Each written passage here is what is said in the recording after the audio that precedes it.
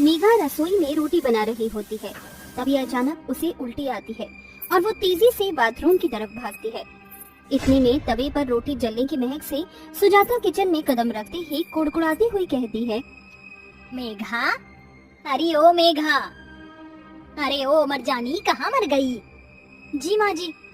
क्यों री कामचोर, ये तवे पर रोटी जलता छोड़कर कहाँ चली गई थी? अरे गैस क्या मुफ्त का आ रहा है जो बेफिजूल खर्च कर रही है? पता नहीं मैंने तुझ जैसी काली कलूटी गरीब के घर की बेटी को अपने घर की बहू बनाया क्यों? अपनी सास की जली कटी बातें सुनकर बेचारी बहू की आंखों में आंसू भर जाते हैं और मेघा वहीं चक्कर खाकर बेहोश हो जाती है। ये देख अनिकेत मेघा को कमरे में ले जाता है और डॉक्टर घर आते हैं। बधाई हो सुजाता जी, मेघा प्रेग्नेंट है और ये रही नताशा की रिपोर्ट।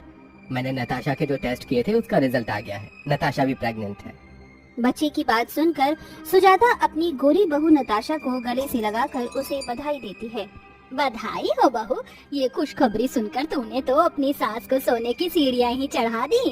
अब से तुझे ज्यादा से ज्यादा आराम करना है और अपने खाने पीने का खूब अच्छे से ख्याल रखना है। जहाँ एक तरफ सुजाता अपनी गोरी बहू के गर्भवती होने पर उसकी नजर उतारती है और आस पड़ोस में मिठाइयाँ बांटती है, वहीं अपनी काली बहू के लिए बिल्कुल भी खुश नहीं होती, जिस पर मेघा मन ही मन दुखी होकर कहती है, नताशा के साथ मेरा भी ये पहला बच्चा है, मगर माँ जी मेरे होने वाले बच्चे से बिल्कुल भी खुश नहीं हुई। आखिर इतना भेदभाव क्यों?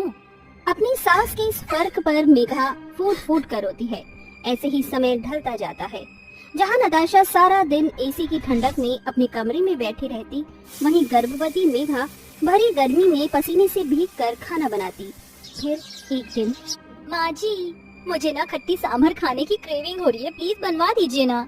अरे तो इसमें इतना हिचकने की क्या बात है? ऐसी हालत में मन कच्चा रहता है और खट्टी चीजें खाने का ही मन करता है। तू रुक। मेघा, अरे ओ मेघा, जरा यहाँ तो आ। जी माँ जी।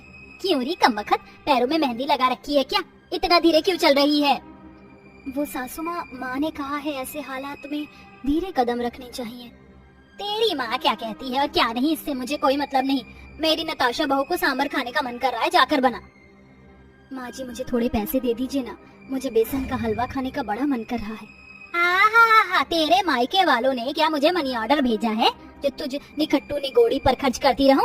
और वैसे भी तू काली कलूटी चाहे लाख कुछ क्यों ना खा ले, होना खा की है। चल जा। सुजाता की फर्क भरी सोच के कारण लाचार मेघा मन मार कर रह जाती है। जहाँ सुजाता अपनी गोरी बहू नताशा को नारियल पानी पिलाती, उसे मेवे और गोंद के लड्डू खिलाती है, वहीं गरीब गर्भवती मेघा को उसके काले रंग के कारण खुशी सी एक बताशा भी नहीं खिलाती। देखते ही देखते काली गोरी बहुओं की गोद भराई का दिन आ जाता है, जिसमें नताशा के अमीर मायके वाले उसके लिए महंगे महंगे तोहफे लाते हैं। वहीं सुजाता मेघा के मायके वालों को आने से भी मना कर देती है और नताशा की गोद भराई के लिए महंगा से लहंगा सिलवाती है और सोने के गहने देती है। नताशा बहू, ये ले तेरी गोद भराई का लहंगा और ये गहने। Oh how sweet of you सासू माँ। सासू माँ, आपने मुझे गोद भराई में पहनने के कपड़े नहीं दिए। मैंने